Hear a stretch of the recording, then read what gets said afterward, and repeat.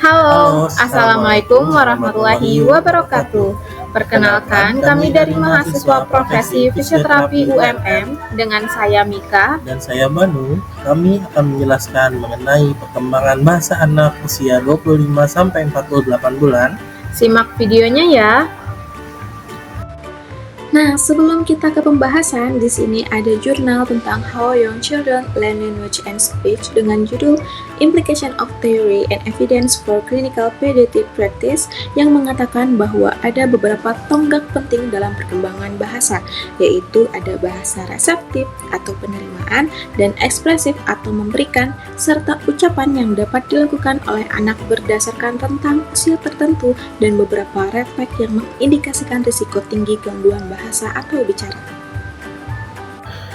Masa usia dini atau 0-6 tahun merupakan masa keemasan atau golden age yang pada masa ini stimulasi seluruh aspek perkembangan berperan penting untuk tugas perkembangan selanjutnya. Salah satu aspek perkembangan yang penting bagi anak adalah bahasa. Bahasa adalah bentuk komunikasi lisan, tertulis, dan simbolik. Capaian reseptif pada usia 24-36 bulan. Yang pertama itu anak dapat mengikuti 2 dan 3 step perintah. Contohnya, tutup pintunya, cuci tangannya, basahi pakai air, gosok pakai sabun lalu bilas. Kemudian menjawab pertanyaan WH question. Contohnya apa, di mana, kapan, siapa, dan lain-lain. Berikut contoh video untuk capaian reseptif usia 24-36 bulan. Gosok tangannya. Ya, udah selesai. Keringin. Keringin di mana? Yang beli siapa yang beli? Papa. Papa atau mama? Mama. Mama udah bilang makasih sama mama? Sudah? Makasih, Mama Ca. Dan berikut contoh video capaian ekspresif untuk usia 24-36 bulan. Saya suka makan. Makan nasi. Untuk capaian ucapan, anak dapat menggunakan huruf-huruf seperti P, M, H, N, W, dan B dengan minimal 50% benar. Ada beberapa red flag yang mengindikasikan risiko tinggi gangguan bahasa atau bicara pada anak usia 24-36 bulan. Yang pertama itu kosakatanya kurang dari 50 kata, kemudian tidak ada kombinasi 2 kata, kemudian kurang dari 50% ucapan dapat dipahami oleh orang dewasa yang tidak dikenal.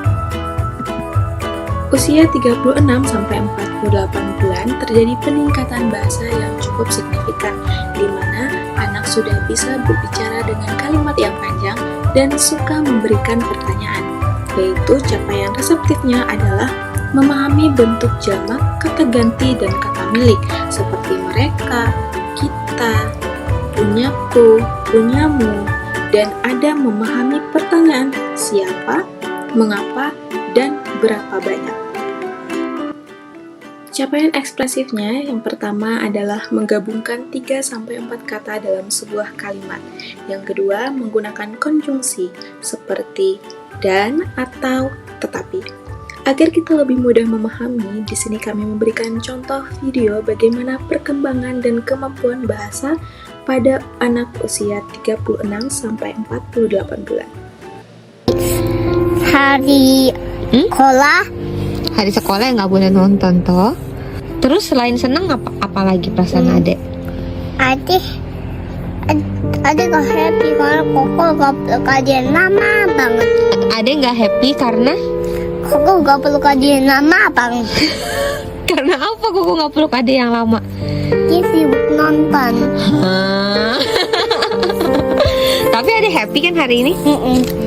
Happy banget. Happy banget iya. Adik happy jadi anak mami. Mami juga happy jadi maminya adek. I love you. Untuk capaian pengucapan pada usia ini, yang pertama adalah 90% dari anak harus benar dalam menggunakan huruf P, M, H, N, W, dan B. 50%-nya harus benar dalam menggunakan huruf R, L, S, CH, SH, dan Z. Contohnya seperti lambat dan rambat. Ketiga, mampu menghasilkan konsonan akhir dalam kata-kata, contohnya seperti bus.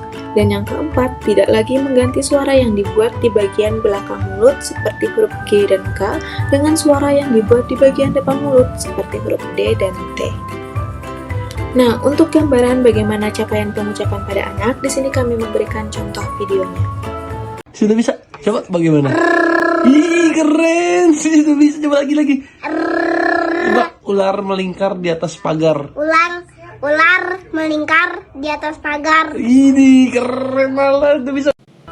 Lalu, kapan kita dapat mewaspadai atau melihat gejala yang merupakan masalah dari kemampuan bahasa atau bicara anak pada usia 36 sampai 48 bulan?